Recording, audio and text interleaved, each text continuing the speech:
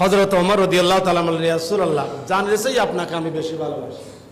এই হাদিস বর্ণিত হওয়ার পরে কিতাবে দেখা যাচ্ছে সাহাবায়ে কেরাম আল্লাহর নবীকে এমন ভালোবাসতেন, কোরআন পাকের আয়াত কারিমা নাজিল হলো, উলাইকা হুমুল মুমিনুন হাক্কা। তারা বললেন, ইয়া রাসূলুল্লাহ, ইয়া হাবিবাল্লাহ, আপনাকে আমরা এমন ভালোবাসি যে আপনি যদি বলেন এখন আগুনে লাফ দেব, লাফ দাও, আমরা এক মুহূর্ত চিন্তা করব না। আপনি যদি বলেন সাগরে ঝাঁপ দাও, এক মুহূর্ত আমরা চিন্তা করব না ইয়া রাসূলুল্লাহ, ইয়া হাবিবাল্লাহ, কারণ আপনাকে আমরা জানের চেয়ে বেশি ভালোবাসি। সুবহানাল্লাহ। সাহাবায়ে কেরাম রিদওয়ানুল্লাহ আজমাইন এমন ভালোবাসতেন আমার নবীকে, আমার নবীর জন্য পাগল পারা ছিলেন।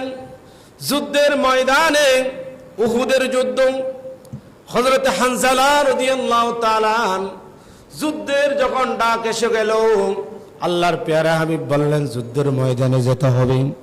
হানজালা বললেন, ইয়া রাসূলুল্লাহ, ইয়া হাবিবাল্লাহ, আজকে তো আমার বিয়ের দিন, কিভাবে যুদ্ধতে যাব? একটা দিন আমাকে রুখসত দেন, ছুটি দেন।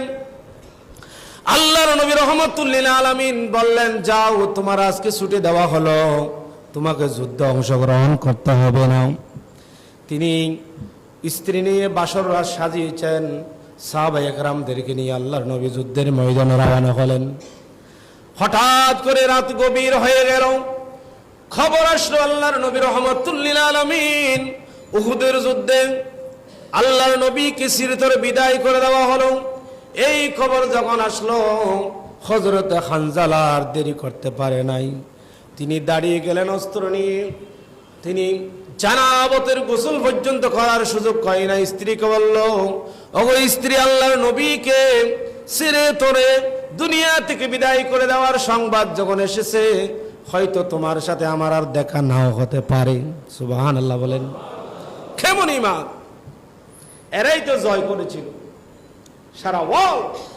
এদেরকে দেখলে অন্য অন্য ধর্মাবলম্বী খাফাখাফি শুরু করত, আর এখন আমাদেরকে দেখলে বাঘে ইয়েল দিক কেফান করে মুসলমানদের। ওই সিংহর বাচ্চা শিয়ালের বাচ্চাকে নিয়ে খেলা করতেছে, এই অবস্থায় মুসলমানদের। এমন হবে না?